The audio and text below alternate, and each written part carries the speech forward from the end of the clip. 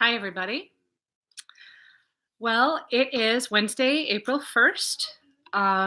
We haven't had that much April Fool's Day activity here. Um, we've been busy trying to keep spirits up. Thanks, not pranks, is what people are saying for 2020, April Fool's Day, during this coronavirus epidemic. So I'm going to do my third reading of Crime and Punishment. I'm starting in the very end of chapter 2. Um, this is a letter from Raskolnikovs' mom that he just received that he is reading. It has been decided for a fact that Dunya and I are leaving for Petersburg. When exactly, I do not know, but in any case, very, very soon, perhaps even in a week's time. Everything depends on the instructions of Pyotr Petrovitch, who will let us know just as soon as he has taken his bearings in Petersburg. He is keen, for various reasons, not to waste any time and to hold the wedding at the earliest opportunity, before the next fast, if at all possible, or, failing that, straight after the feast of Our Lady. How happy I will be to press you to my heart. Dunya is jumping for joy at the thought of seeing you, and once she even said for a joke that this alone would be reason enough to marry Pyotr Petrovitch. Such an angel. She is not going to add anything to this letter and merely told me to say that she has so much to speak to you about, so very much, that she is simply unable to pick up a pen because a few lines are not enough to say anything and one merely succeeds in upsetting oneself. She simply told me to hug you tight and send you countless kisses. But despite the fact that very soon, perhaps, we will be together in person, I will still send you some money in the next year or two, as much as I can. Now that everyone knows that Dunyachka is to marry Pyotr Petrovitch, my credit has also suddenly increased. And I know for a fact that Afanasy Ivanovitch will now trust me on the strength of my pension with up to as much as 75 rubles. So I may send you 25 rubles or even 30. I would send still more, but our traveling expenses concern me. And although Pyotr Petrovitch has been good enough to stand part of the cost of our journey to the capital by volunteering at his own expense to convey our luggage and a large trunk through some acquaintance or other, we will still need to put something aside for when we actually arrive, at least for the first few days, for one can hardly show up in Petersburg without a kopeck. Actually, Dunyashka and I have already worked it all out, down to the very last detail. And the journey should not cost us too much. It is a mere 60 miles to the railway line from here. And to be on the safe side, we have already made arrangements with a peasant we know who has a cart. From there, Dunyachka and I will have ourselves a jolly time in third class. So I may manage to send you not 25, but even 30 rubles. But enough. I've covered 2 sheets of paper from top to bottom, and there's no space left. What a story it's been. How many adventures. But now, my priceless Rodya, till soon we meet, I embrace you and give you my maternal blessing. Rodya, love your sister Dunya. Love her as she loves you, and know that she loves you boundlessly more than she loves herself. She is an angel, and you, Rodya, you are our everything, our every hope, our every comfort. It is enough for you to be happy, for us to be happy too. Do you still pray, Rodya? And do you believe in the goodness of our Creator and Redeemer? In my heart, I fear. Might you too have been visited by the faithlessness that is now so fashionable? If so, I pray for you. Remember, dearest, when you were still a child and your father was still with us, how you babbled out your prayers on my knee, and how happy we all were. Farewell, or rather, till soon we meet. I hug you close and send you countless kisses. Yours to the grave, Pulcheria Raskolnikova. All the time he was reading, from the very first line of the letter, Raskolnikov's face was wet with tears. But when he finished, it was pale and twisted by spasms, and a dismal, bilious, angry smile snaked upon his lips. Laying his head on his scraggy, worn out pillow, he thought and thought. His heart was thumping and his mind was in turmoil. Eventually, he began to feel stifled and cramped in this yellow garret that resembled a cupboard or a trunk. His eyes and mind needed space. He grabbed his hat and went out, this time no longer fearing to meet anyone on the stairs. He'd forgotten all about that. He hurried off in the direction of Vasilyevsky Island via V Prospect, as though he had some urgent business to attend to. But he walked as was his habit, heedless of the way, whispering to himself and even speaking out loud, which greatly astonished passers-by. Many took him for a drunk. The letter from his mother had wrung him dry, but he had not a moment's doubt regarding the crucial fundamental point, even while he was still reading it. The crux of the matter had been resolved in his mind, and resolved for good. They'll get married over my dead body, and to hell with Mr. Luzhin. For it's all perfectly obvious, he muttered to himself with a sneer, relishing in advance the successful outcome of his decision.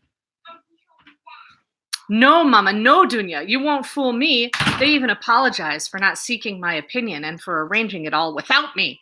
I'll say. They think it can't be undone. We'll see about that. What a splendid excuse. Fyodor Petrovitch is such a businesslike man, they say. So terribly businesslike, in fact, that he can only get married in a post-chaise, or even, why not, in a railway carriage. No, Dunyachka, nothing escapes me, and I know what it is you have to talk to me about so very much. I also know what it was you thought about all night long as you paced the room, and what you prayed for before the Virgin of Kazan by Mama's bed. Climbing Golgotha is no joke. So then it's been definitively decided. You, Avdotia Romanovna, are pleased to accept the hand of a businesslike and rational man with capital of his own? Already with capital of his own. That's so much more respectable, so much more impressive. Who has two positions, shares the convictions of our newest generations, as Mama writes, and seems kind, as Dunyachka herself observed. That seems tops everything. For this seems, this Dunyachka, is to be wed. Marvelous. Simply marvelous. I wonder, though, why Mama wrote to me about those newest generations. Was it simply to give me an idea of the man? Or was there an ulterior motive? To soften me up for the benefit of Mr. Luzhin? Oh, sly ones. And there's another thing I'd like to get to the bottom of. To what extent were they open with one another in the course of that day, that night, and all the days that followed? Was everything expressed in so many words? Or did each of them realize that they both had the same thing in their hearts and minds? So there was no point saying it all out loud and saying too much. The second, I expect. It's clear from the letter that he struck Mama as a touch abrupt. And Mama, in her naivete, decided to share her observations with Dunya. Naturally, Dunyachka got cross and replied a little peevishly, I'll say, who wouldn't get mad when it's all plain as day without any need for naive questions, and when it's already been decided that there's nothing more to be said? What is it she writes to me? Rodia, love Dunya, who loves you more than she loves herself. Mightn't this be her conscience secretly gnawing away at her for agreeing to sacrifice her daughter for her son? You are our comfort, our everything. Oh, Mama! He was positively seething with spite, and had he met Mr. Luzhin now, he might well have killed him. It's true, he continued, following the swarm of thoughts in his head. It's true that one must take a measured and cautious approach to get to know a person well. But Mr. Luzhin is transparent. Above all, he is businesslike and seems kind. Now, we mustn't laugh. He's taking care of the luggage and paying for the trunk. Who's to say he isn't kind? And as for those two, the bride and her mother, They're hiring some peasant in a cart with bast matting. That's how I used to travel, after all. They'll manage. A mere 60 miles. Then we'll have ourselves a jolly time in third class for some 600 more. Makes perfect sense. Cut your coat to suit your cloth. But how about you, Mr. Lucian? This is your betrothed after all. Surely you must have known that mother was borrowing for the journey against her pension. Of course, this is a joint commercial venture with split profits and equal shares, so the outlay is also half and half. Friendship is one thing, business another. Still, here too, the businesslike man has sold them short. The luggage is cheaper than their fare, and it might even travel for free. Do they really not see this, or do they don't want to see it? Yet they're content, quite content. And that's only the start of it. The best is still to come. After all, the main point here is not the stinginess, not the avarice, but the tone of it all. This is the tone of their future marriage, a sign of things to come. But what's Mama doing living the fast life anyway? What will she show up in Petersburg with? 3 rubles or 2 nice little notes, as that woman likes to say? The old one. What on earth does she expect to live on in Petersburg? After all, she's already managed to work out, for whatever reason, that it will be impossible for her and Dunya to live together after the wedding, even only at the beginning. I expect that our nice chap said too much on this score and gave himself away, though Mama rushes to deny it. I shan't accept, she says. What is she thinking? And who or what is she counting on? Her 120-ruble pension? Minus her debt to Afanasy Ivanovitch? There she is, knitting winter shawls, sewing cuffs, ruining her rheumy eyes. But I know for a fact that the shawls only bring in another 20 rubles a year, so they must be counting on Mr. Lucian's noble feelings after all. He'll make the offer himself. He'll insist. Don't hold your breath. That's always the way with these beautiful souls steeped in Schiller. Until the very last moment, they dress man up in peacock feathers. Until the very last moment, they count on good, not ill. And despite their creeping suspicions, they won't admit anything to themselves in advance.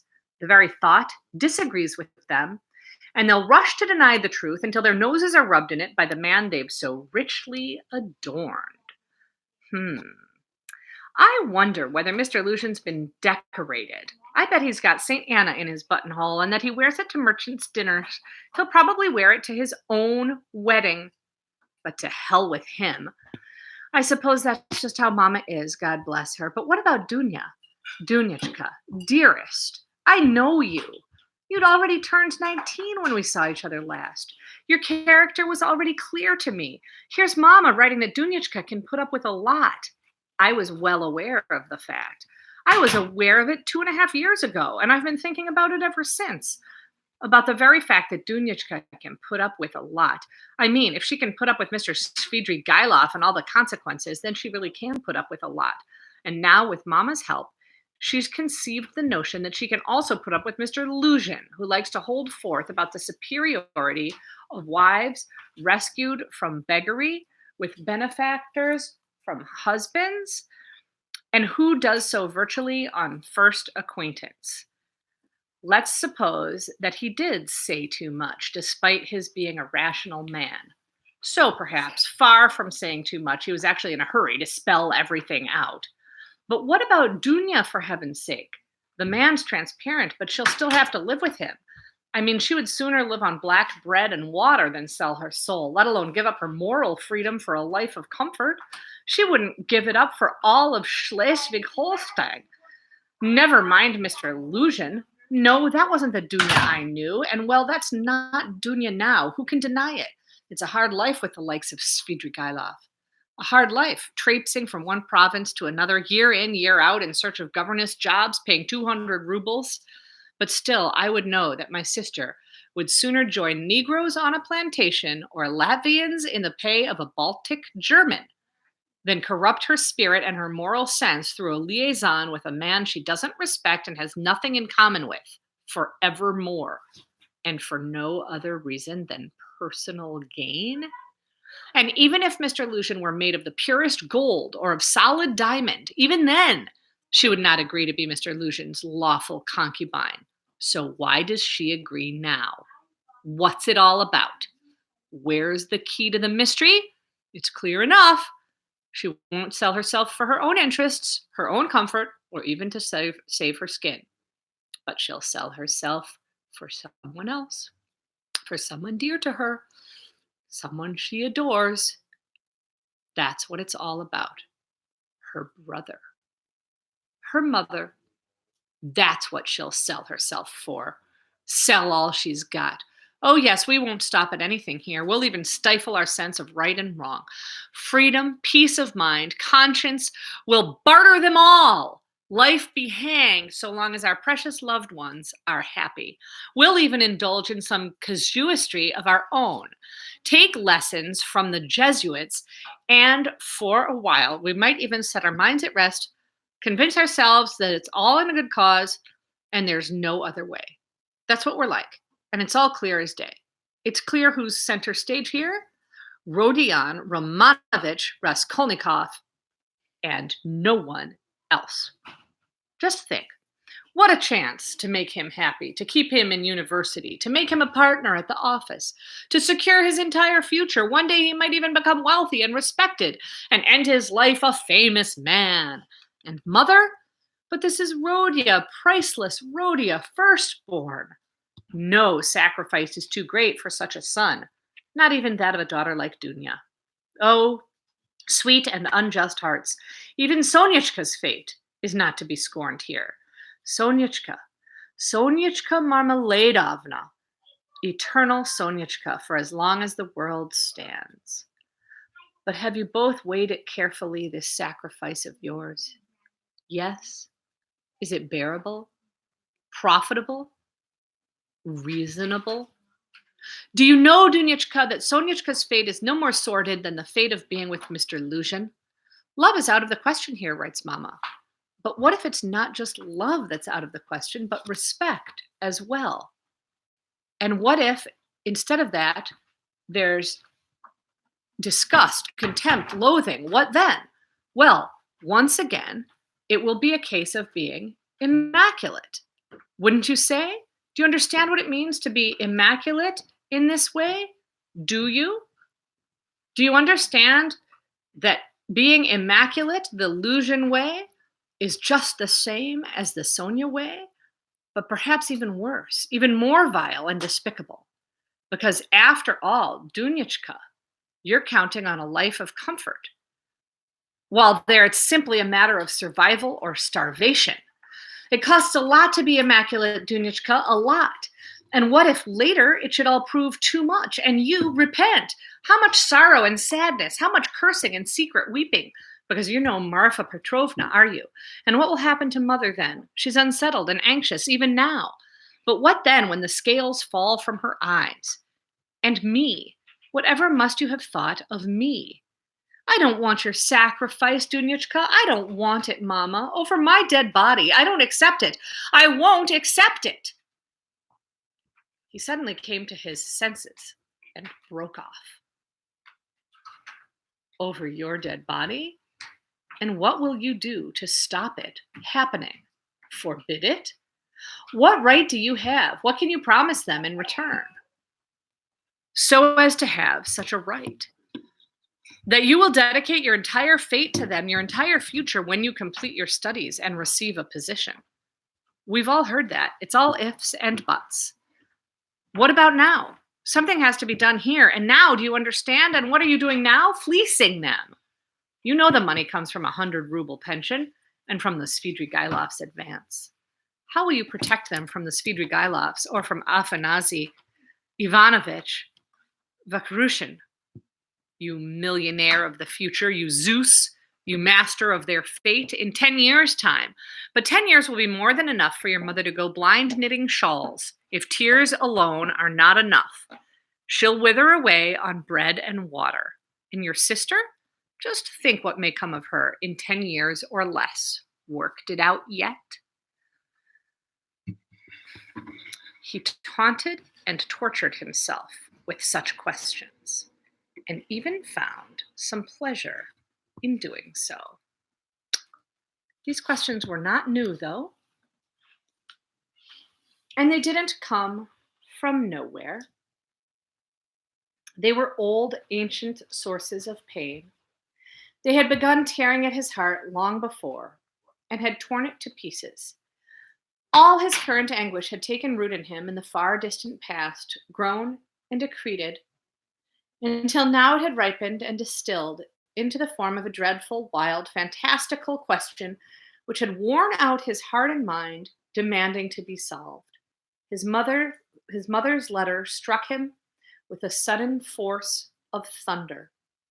Clearly, now was not the time for agonizing and passive suffering, for mere deliberation about the fact that the questions permitted no solution. Something had to be done. The sooner the better. He had to decide at all costs on something, anything, or else. Or else renounce life completely, he suddenly cried in sheer frenzy.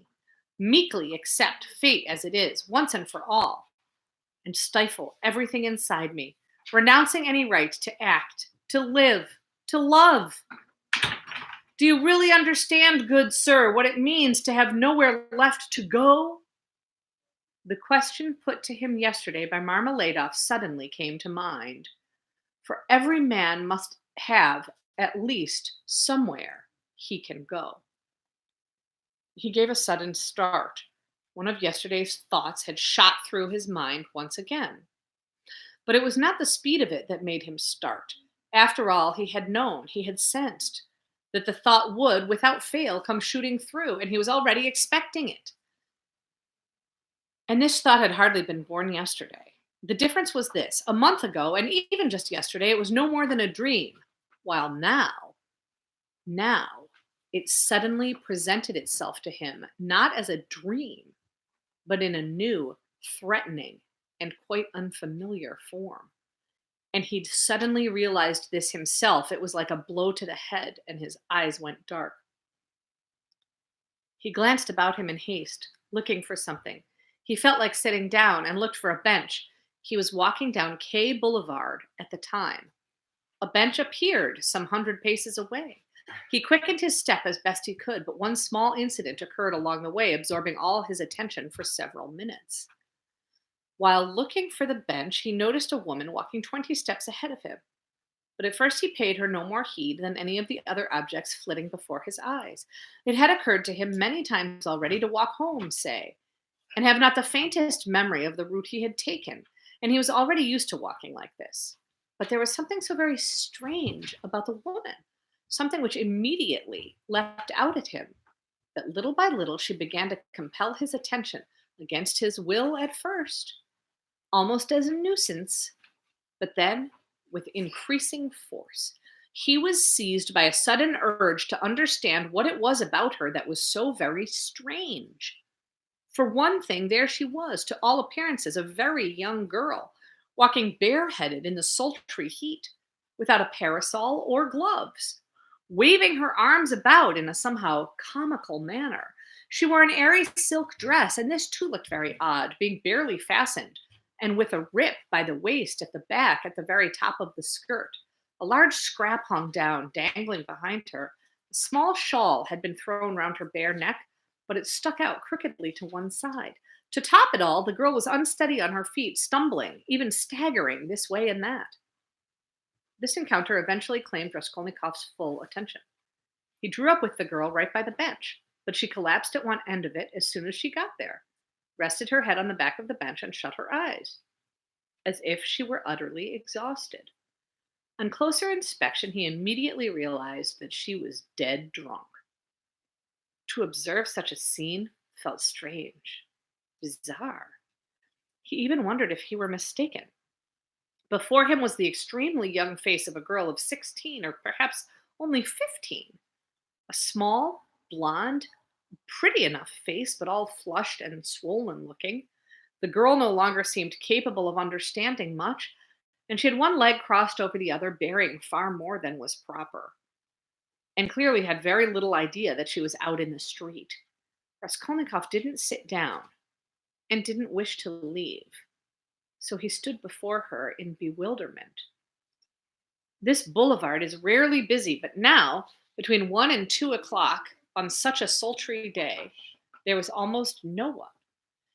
And yet, over there, a dozen paces away, on the far side of the boulevard, a man had stopped, and everything about him indicated that he too was very keen to approach the girl for reasons of his own. He too must have spotted her from a distance and wanted to catch up with her. But Raskolnikov had got in his way. He kept throwing him angry glances while trying not to let him notice, and was impatiently waiting for this annoying tramp to clear off. The situation was perfectly clear. The gentleman was about 30 years old, thick-set, fat. A picture of health, with pink lips and a mustache, and very foppishly dressed. Raskolnikov saw red. He had a sudden urge to insult this fat dandy in any way he could. He left the girl for a moment and walked up to the gentleman. "Hey, you, Svidrigailov, what are you after?" he shouted, clenching his fists and laughing through lips foaming with anger. "What is the meaning of this?" the gentleman asked sternly, knitting his brows in supercilious surprise. "Clear off, that's what I mean." "How dare you, you little wretch?" With this, he flashed his whip. Raskolnikov threw himself on him, fists flailing without even considering that the thick-set gentleman might respond with two fists of his own. But at that very moment, somebody grabbed him firmly from behind. A police officer had come between them. "That'll do, gentlemen. Have the good manners not to fight in public. What are you after? Who are you, anyway?" he asked Raskolnikov sternly, after noticing the state of his clothes. Raskolnikov looked at him attentively. Before him was a gallant soldier's face with a gray mustache, gray whiskers, and an intelligent gaze. "It's you I'm after!" he exclaimed, grabbing him by the hand. "I'm a former student, Raskolnikov. You may as well know that too," he added, turning to the gentleman. "And you, come along with me. I've something to show you." He dragged the policeman over to the bench. "Just look at her, dead drunk. Just now she was walking down the boulevard. Who knows what kind of family she's from? But it doesn't look like she's on the game. Much more likely that she was plied with drink somewhere and tricked. Her first time, understand? And then just thrown out on the street. Look at the rip in her dress, and look how it hangs on her. She can't have dressed herself. She was dressed, and clumsily so. A man's work. That's obvious. And now look over here. This dandy who I was picking a fight with just now is a complete stranger to me. I've never seen him before, but he also spotted her, drunk and insensible, as he was passing just now, and now he desperately wants to go. And now he desperately wants to go up and grab her, seeing as she's in such a state, and take her off somewhere. I'm sure of it. Trust me. I could see myself that he was observing and following her, but I got in his way, and now he's just waiting for me to leave. He's moved off a little. Look at him standing there, pretending to roll a papirosa. How can we stop him? How can we get her home? Think of something." The policeman grasped the situation at once. The fat gentleman was no mystery, of course, but the girl? The officer leant over to take a better look, and sincere compassion was etched on his face.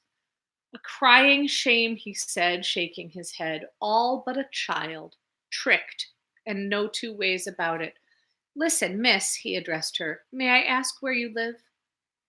The girl opened her tired, dazed eyes, looked dully at her interrogators, and waved them away. "Here," said Raskolnikov, rummaging about in his pocket and eventually fishing out 20 kopecks. "Here, hail a cab and give the driver her address. The address, that's all we need to know." "Well, miss," the policeman began again, taking the money, "I'm going to hail you a cab, and I'll accompany you myself. Where should we take you, eh? Where do you reside?" "Pshaw! Pests!" the girl muttered, waving them away again. "Dear, oh dear, a shameful business, miss. A shameful business." He shook his head again in shame, pity, and indignation. "A fine pickle," he added, turning to Raskolnikov, before looking him up and down once more. He too must have looked odd to him, in rags like those, and handing out money. "Did you find the young lady far from here?" he asked him. "As I said, she was walking ahead of me, staggering right here on the boulevard. She collapsed just as soon as she reached the bench." Lord, what a world we're living in. An ordinary lass like her and already drunk. Tricked and no two ways about it. Look, even her dress is ripped. Depravity, wherever you look. Wouldn't surprise me if she's of gentry blood, the poorer kind. They're 10 to a dozen nowadays. Looks a delicate sort, just like a gentry girl. And he leant over her once more. Perhaps he had daughters of his own who were also growing up, just like gentry girls, delicate sorts, with all the airs of good breeding and second-hand fashion. The main thing, Raskolnikov fussed, is to stop this scoundrel having his way with her. Are we going to let him abuse her as well? It's blindingly obvious what he's after. And look, he's still there. Raskolnikov speaking loudly and pointing straight at him. The other man heard him and was on the point of losing his temper again, but thought better of it and restricted himself to a contemptuous glance. Then he slowly retreated a further 10 paces or so and halted once more. We can stop him all right, sir, replied the officer, thinking it over. If only the young lady can tell us where to take her. Miss? Miss? Again he leant over. She suddenly opened her eyes wide, took a good hard look as though she had finally understood something, got up from the bench and headed off in the direction from which she'd come. Shameless pests, she said with another flap of her arms. She walked off briskly, though staggering just as much as before. The dandy followed her, but along another alley, never taking his eyes off her. I'll stop him, don't you worry, said the policeman decisively, and set off after them. Dear, dear, depravity, wherever you look, he repeated with a sigh.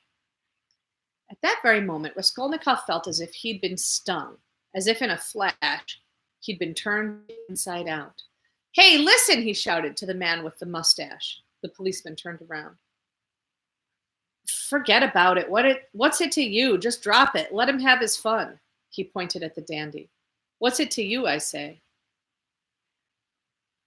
The policeman failed to understand and stared at him wide-eyed. Raskolnikov burst out laughing. Good grief, the policeman uttered with a dismissive wave of the hand, then headed off after the dandy and the girl, probably taking Raskolnikov for a madman or worse. He's taken my 20 kopecks, Raskolnikov, left on his own, muttered angrily. Well, he can take some off that man as well. Leave him the girl and end of story. What on earth was I doing offering to help? Me helping? Do I even have the right? They can eat each other alive. What's it to me? And how dare I give those 20 kopecks away? Were they really mine? Despite these strange words, he felt quite wretched. He sat down on the abandoned bench. His thoughts were in disarray. In fact, at that moment, it was hard for him to think about anything at all. Total oblivion was what he wanted. To forget everything, then wake up and begin afresh. Poor girl, he said, glancing at the empty corner of the bench. She'll come round, have a cry, then her mother will find out. First she'll beat her a bit, then she'll whip her, hurting her and shaming her, then she might even throw her out. And even if she doesn't, some Daria Frantsevna or other will sniff her out and my girl will start doing the rounds. Then it's straight off to hospital. That's always the way with girls who live with very honest mothers and misbehave on the quiet. And then, well, back to hospital. Booze, the pothouse, the hospital again. And within 2 or 3 years, you've got yourself a cripple, her whole life over at the age of 19 or less. Haven't I seen girls like that? And how did they get there? That's how they got there, all of them? Pah! So be it. That's how it should be, they say. A certain percentage, they say, must go that way every year. Which way? To the devil, I suppose. So as to freshen up the rest and not get in their way. Percentage. What lovely words they use. So soothing, so scholarly. You hear a word like that and wonder what on earth you were worrying about. Now, if it were a different word, you might feel a little less comfortable. But what if Dunyachka also ended up in that percentage? And if not that one, then another. But where am I going, he suddenly wondered. How strange. After all, I must have gone out for a reason. I read the letter and set off right away. To Vasilyevsky Island, to see Razumikin. That's where I was going. I remember now, but still, what was the reason? And why on earth did the thought of visiting Razumikin enter my head now, of all times? Quite astonishing. He marveled at himself. Razumikin was one of his old university friends. It was a remarkable fact that Raskolnikov had hardly made any friends at university. He kept his distance, never called on anyone, and was a reluctant host. People soon gave up on him. Meetings, conversations, amusements, somehow he avoided them all. He never spared himself in his studies, and for this he was respected, and nobody liked him. He was poor, and somehow haughty in his pride and unsociability, almost as if he were hiding something. Some of his peers had the impression that he looked down on them all as if they were children, as if he had outstripped them all in his development, knowledge, and convictions, and that he viewed their convictions and interests as simply beneath him. For some reason, though, he got along well with Razumikin, or rather, he was more sociable, more open with him. In truth, there was no other way of responding to Razumikin. He was an unusually cheerful and sociable lad, kind to the point of simplicity. This simplicity concealed both depth and virtue. The best of his friends understood this, and everybody liked him. He was far from stupid, if occasionally dim. His appearance was very striking, tall, thin, ill-shaven, raven-haired. He could be rowdy and was known for his strength. One night among friends, he felled a 7-foot reactionary with a single blow. He could drink like a fish. But he could also not drink at all. He could lark about and go too far, and he could rein himself in. Razumikin was remarkable in yet another way. No failure could ever ruffle him, just as no circumstance was ever bad enough, it seemed, to bring him down. He could pitch his tent on a roof if he had to, endure hellish hunger and the bitterest cold. He was dirt poor, yet persisted in supporting himself all on his own, taking odd jobs to get by. He knew any number of sources from which he could draw by working, of course. Once he survived a whole winter without heating his room and claimed that he even preferred it that way, because you sleep better in the cold. Now he too had been forced to leave university, but not for long, and he was straining every sinew to put things right and continue his studies.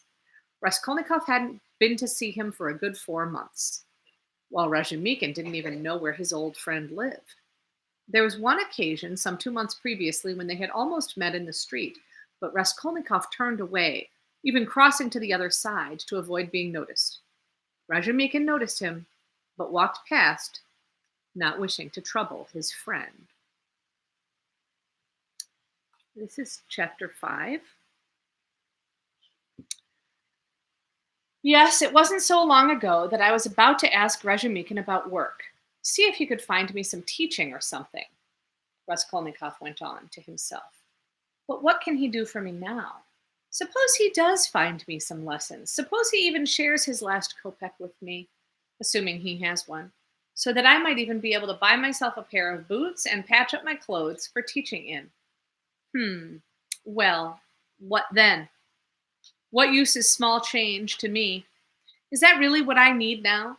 How ridiculous this is, going off to Razumikin. The question of why he'd set off to see Razumikin troubled him more than even he was aware. He was racking his brain to find in the seemingly ordinary decision some sinister meaning. What? Did I really expect to patch everything up through Razumikin alone? Was Razumikin really my answer to everything? He asked himself in astonishment. He was thinking and rubbing his forehead when a peculiar thing happened. Suddenly, as if by chance and almost by itself, after a very lengthy hesitation, an exceedingly strange thought entered his head. Razumikin, he suddenly said with perfect equanimity, as if reaching a final decision.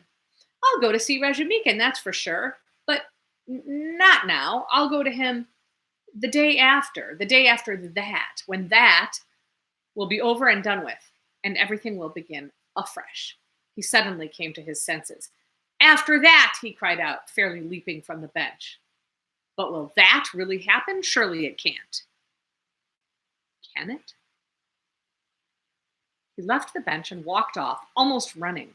He was about to turn back home, but the thought of doing so suddenly appalled him. It was there at home in that horrid cupboard that all this had been brewing for over a month now, and he walked on wherever his legs should take him. His nervous tremors had become almost feverish. He even felt shivery. In the stifling heat, he was turning cold. As if by some almost unconscious effort, by some inner necessity, he began scrutinizing every object he passed, as although trying hard to distract himself, but he was having little success and kept sinking into thought. When, with a start, he raised his head again and looked about him, he would instantly forget whatever he had just been thinking about, even the route he had taken. He walked like so, from one end of Vasilevsky Island to the other, emerged on the banks of the Little Neva, crossed the bridge, and turned toward the islands. His tired eyes, accustomed to the dust of the city, to the mortar, and to the massive, cramping, crushing buildings, delighted at first in the greenery and the freshness, the closeness, the stench, the drinking dens, all had been left behind. But soon, even these new and pleasant sensations began to sicken and irritate him. He stopped occasionally in front of dachas bedecked with greenery, peered through the fences, and saw extravagantly dressed women on distant balconies and terraces, and children running about in the gardens. He was particularly interested in the flowers and looked at them longest of all. Magnificent carriages also crossed his path, as well as men and women on horseback. He followed them with a curious gaze and forgot about them before they even disappeared from view. At one point, he stopped and counted his money, 30 kopecks or so. 20 to the police officer, 3 to Nastasia for the letter. So yesterday I must have given the Marmeladoffs about 47 kopecks, or even 50, he thought, as he did his sums. But he'd soon forgot why he'd taken the money out of his pocket in the first place. He remembered as he was walking past an eating house and realized he was hungry. Entering it, he had a glass of vodka and some kind of pie, which he finished off outside, continuing on his way. He hadn't drunk vodka for a very long time, and it had an instant effect, even though it was only a glass. His legs suddenly grew heavy, and he began to feel extremely sleepy. He headed home, but just as he was reaching Petrovsky Island, he stopped in utter exhaustion, turned off the road into the bushes, collapsed on the grass, and fell asleep there and then. In morbid states, dreams are often unusually palpable and vivid, bearing an exceptional resemblance to reality. The resulting picture may be quite monstrous, but the setting and the unfolding of the entire spectacle are so credible, and the details so fine and unexpected, while artistically consistent with the picture as a whole, that the very same dreamer could not invent them in his waking hours, were he even an artist of the order of Pushkin or Turgenev. Such dreams, morbid dreams, always live long in the memory and have a powerful effect on disturbed and already excited organisms. It was a terrifying dream. Raskolnikov dreamt that he was back in his childhood in their little town. He's about 7, it's a holiday towards evening, and he's out walking with his father in the outskirts. A leaden, stifling day, the setting exactly as it was preserved in his memory. Actually, his memory had smoothed it out a great deal compared to what he now saw in his dream. The town lies spread out before him, not a tree in sight. Only, far, far away, on the very edge of the sky, is the black dot of a small wood. A few yards away from the town's last vegetable patch is a tavern, a big tavern, which always made the most unpleasant impression on him and even frightened him when he passed it on walks with his father. There was always such a crowd there, so much yelling, laughing, and swearing, so much hideous, raucous singing, so many fights, so many drunken, frightening types loitering around outside. Coming across them, he would cling to his father and shake all over. Next to the tavern is a road, a cart track, always dusty and always black. On it goes, winding along and curving round to the right of the town cemetery some 300 yards away. In the middle of the cemetery stands a stone church with a green cupola, where he used to go to church twice a year with his mother and father for services held in memory of his grandmother, who was into the rice to form a cross. He loved this church and its ancient icons, most of them without metal casing, and the old priest with the twitching head. Next to his grandmother's grave, which had a tombstone, was the small grave of his younger brother, who died at 6 months, and whom he'd also never known and couldn't remember. But he'd been told he once had a little brother, and every time he visited the cemetery, he made a pious, respectful sign of the cross before the little grave, bowed to it, and kissed it. And now he's dreaming that he and his father are walking along the path past the tavern toward the cemetery. He's holding his father's hand and keeps glancing back at the tavern in terror. A particular circumstance attracts his attention. Some kind of party is underway. There's a crowd of dressed up townswomen with their husbands and assorted lowlife. Everyone's drunk, everyone's singing, and there's a cart, a rather strange one, by the entrance to the tavern. It's one of those big carts to which big draft horses are harnessed, which carry goods and wine barrels. He always liked looking at those enormous draft horses with their long manes and sturdy legs, walking along at a measured pace and pulling entire mountains of stuff, not straining in the slightest, as though they found it easier to carry a load than not to.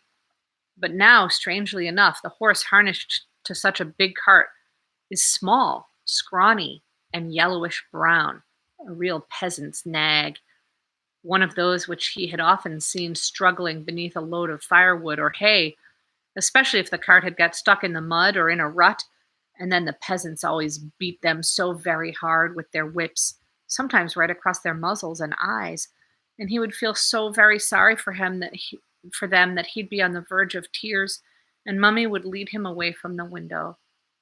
But now it's suddenly become terribly noisy. Great strapping peasants, roaring drunk in red and blue shirts, their heavy coats hanging loose from their shoulders, are coming out of the tavern, shouting, singing, and playing balalaikas. "Hop on, all of yer," shouted one, still young, with a big fat neck and a pulpy carrot-red face. "I'll take the lot of you. Hop on." But everyone starts laughing and yelling. On a nag like that? I'm going to save the rest of this for our next reading, which will be on Sunday night. I hope I see you then. I'm going to save the rest of this for our next reading, which will be on Sunday night. I hope I see you then.